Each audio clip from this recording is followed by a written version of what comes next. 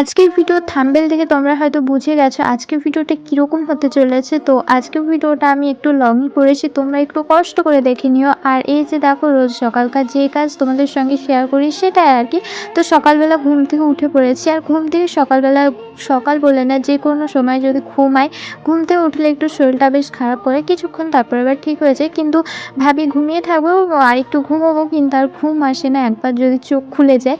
তো যাই হোক, চলো এখানে উঠে আমি এখানে বাসনগুলো রেখে আসলাম মাজবো সেই জন্য। আর আজকে আমি সকাল সকাল খাবার চাপিয়ে দেবো, কারণ আমার ননদ এসেছে কালকে, আর আজকে আন্টি আর আমার ননদ যাচ্ছে বহরমপুর।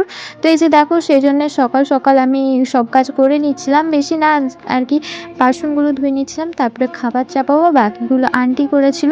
তো এই যে দেখো, আমি খাবার চাপাবো সেই জন্য আমি সব কিছু রেডি করে নিচ্ছিলাম। আমার যে কোনো কাজ সব কিছু রেডি করে নিয়ে বসলে ভালো হয়, কারণ আমি এটাই পছন্দ করি, যে কোনো কাজ আর কি সব কিছু নিয়ে যদি বসি তাহলে আর উঠতে হয় না, কিছুই করতে হয় না।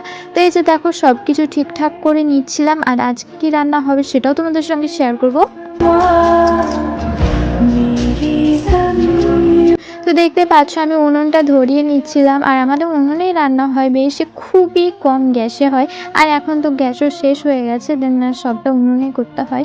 তো এইদিকে দেখো, আমি ভাত চাপিয়েছি, আর আজকে হচ্ছে ফুলকপি নিয়ে এসেছিলো, তো ওই ফুলকপিটা আলুতে ঝোল হবে আর ডিমে। তো এই যে দেখো, ফার্স্টে দিয়ে দিচ্ছিলাম আমি ভিন্ডিটা ভাজা হবে সেজন্য আগে এটাই করে নিচ্ছিলাম। আর ভিন্ডির ভাজাটা আমার বেশ ভালো লাগে, কিন্তু আগে খেতাম না, কিন্তু এখন মোটামুটি ভালো লাগে। তো এই যে দেখো, আমি চাপিয়ে দিয়েছি।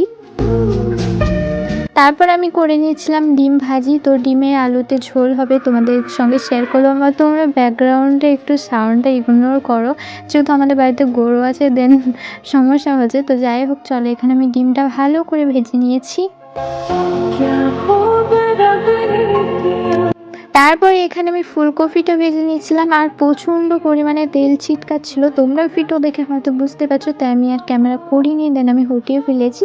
তো ফুলুরি কেন বলছি, ফুলকপিটা ভেজে নেবার পর এখানে দিয়ে দিয়েছি মশলা।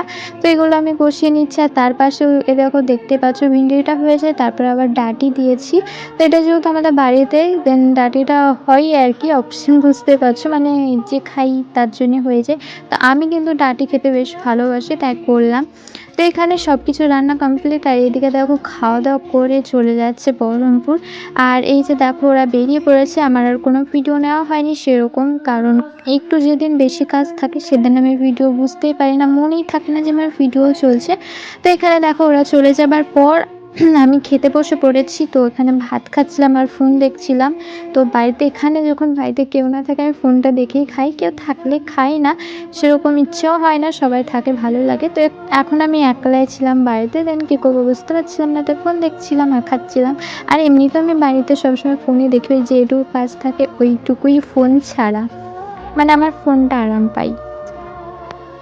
তারপরে এই যে আমি এখানে উঠোনটা ঝাড় দিয়ে নিচ্ছিলাম। আর তোমাদের সঙ্গে একটা কথা শেয়ার করি, এই যে এত বড় উঠোনটা দেখছো না, আমি যখন প্রথম বিয়ে করে আসি তখন আমি বলতাম, তোমাদের এত বড় উঠোন কেন, ছোট করতে পারোনি, আমি এরকম কথা বলতাম। কারণ আমি ভাবতাম এত বড় উঠোন ঝাড় দেয় কীভাবে ভাই। কিন্তু আমি প্রথম যেদিন একদিন ঝাড় দিতে গিয়েছিলাম, খুবই কষ্ট হয়েছিল, দেন আমি দিতে পারতাম না। তারপরে এই যে আন্টির হাত কেটে গিয়েছে, তোমরা হয়তো জানো, মানে কেটে গিয়েছিল। তো ভিডিও যারা দেখো তোমরা হয়তো জানবে, তারপর থেকে আমাকে সব কাজই করতে হয়, দেন এখন অভ্যাস হয়ে গেছে, আমি এখন সব পারি। আর এই যে দেখো, আন্টিরা চলে এসেছে কথা বলতে বলতে, আন্টিরা এসেছিলো গিয়েছে, এই যে তোমাদের সঙ্গে কথা বলতে বলতে চলে এসেছে। আন্টিরা আসলে সকাল 9টায় গিয়েছিলো আর এসেছে 2টোর সময়। তো বিরিয়ানি এনেছে, সেটাই খাচ্ছিলাম। তো চলো ভিডিওটা এখানে শেষ করছি, নেক্সট ভিডিওতে আবার দেখা হচ্ছে, ততক্ষণ তোমরা ভালো থেকো, সুস্থ থাকো, আল্লাহ হাফেজ, বাই।